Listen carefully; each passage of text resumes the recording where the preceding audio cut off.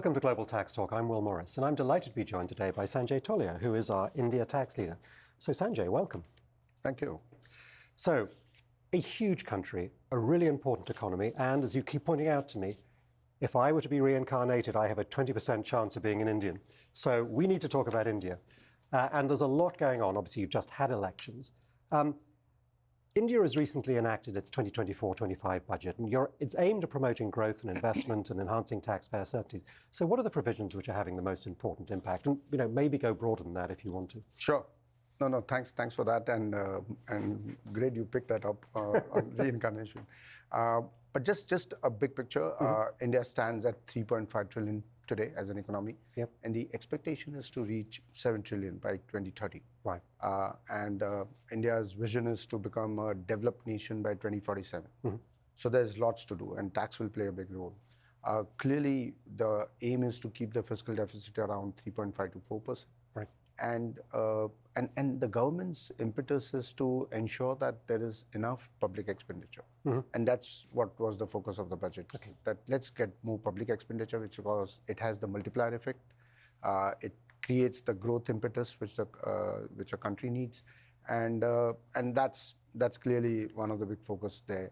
The government has been very clear that we are not going to bring any new tax provisions, any new tax incentives. Rather, let's remove the hardships and make it good for investors and companies to operate in India. So I think if I can give you that big picture, that's the focus of the budget for 24-25. The government is very clear, it's the third term. They want to ensure that the first two budgets, so the first one was in July when they were elected, and the next one is coming up in February. Those are the two where they want to bring the major changes and use the rest of the 3 years and 3.5 years to actually implement those budgetary changes. So that's good. India for you. Excellent. So as you were saying, the government has been focused on stability and predictability in relation to the tax ecosystem. But there's also some indications of potential simplifications for taxpayers. So what does that look like, and what other tax policy changes might be on the horizon? No, that's a fair question. So if you look at over the years, over the last 2 decades, the government has been trying to keep pace with the global developments. So look for e-commerce, crypto assets, financial instruments, and the government has been making changes to the budget to ensure that this has been taken care of. So if you look at the budget or the Finance Act, the Income Tax Act, and I'm focusing on income tax, it was made in 1961. And from that period till today, there have been numerous changes. So the government has taken up on themselves that by 6 months, which was announced in July in the budget, which means around November, December, they want to simplify the Income Tax Act. Right.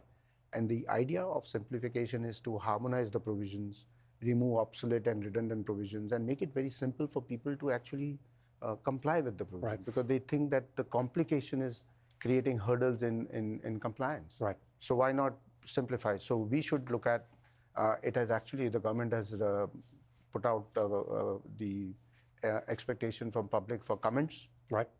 To say, please come and tell us what we should do for simplification, and we'll take on your stuff. So I think stability, predictability, and certainty has been the 3 pillars on which the government is focused on, and that's going to be there. Not too relevant, but important. The same principles are being applied for customs. Okay. So there's a plan to harmonize the custom rates. So so lots happening on that front. Good. Well, I certainly hope business takes up the invitation to comment on that. So no conversation, of course, is complete, unfortunately, without referencing Pillar 1 and Pillar 2.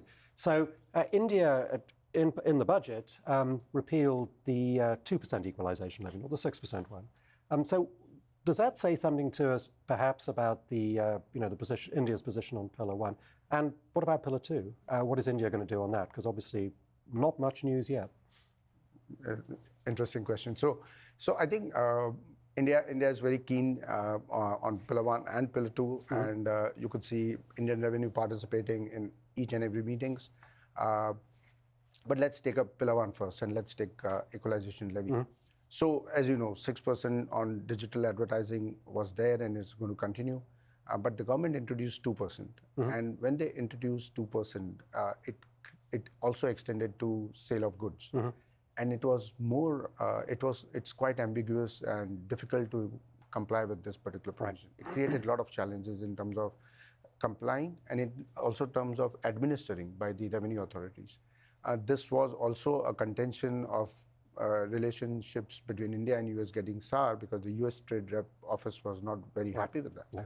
So I think that the government took it on itself and removed it in the last budget. So the 2% levy is gone. Clearly, the government makes it very clear that the removal of this 2% should not convey that that is a stance on Pillar 1. Okay. It's just that it didn't want any complexities, any more problem. So the 6% will continue. The government is very clear that the 6% will continue till the time the reallocation of amount A for Pillar 1 is finalized. Whenever that may be. So whenever that may be. So I think that's the position on Pillar 1. If you look at Pillar 2, the government is clearly looking at the cost and benefit analysis. India doesn't see a huge amount of benefit coming through.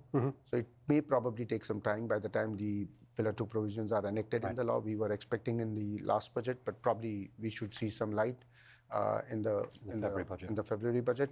You also saw that India had restrained itself from signing the STR MLI, but we'll see where it goes. But looks good overall.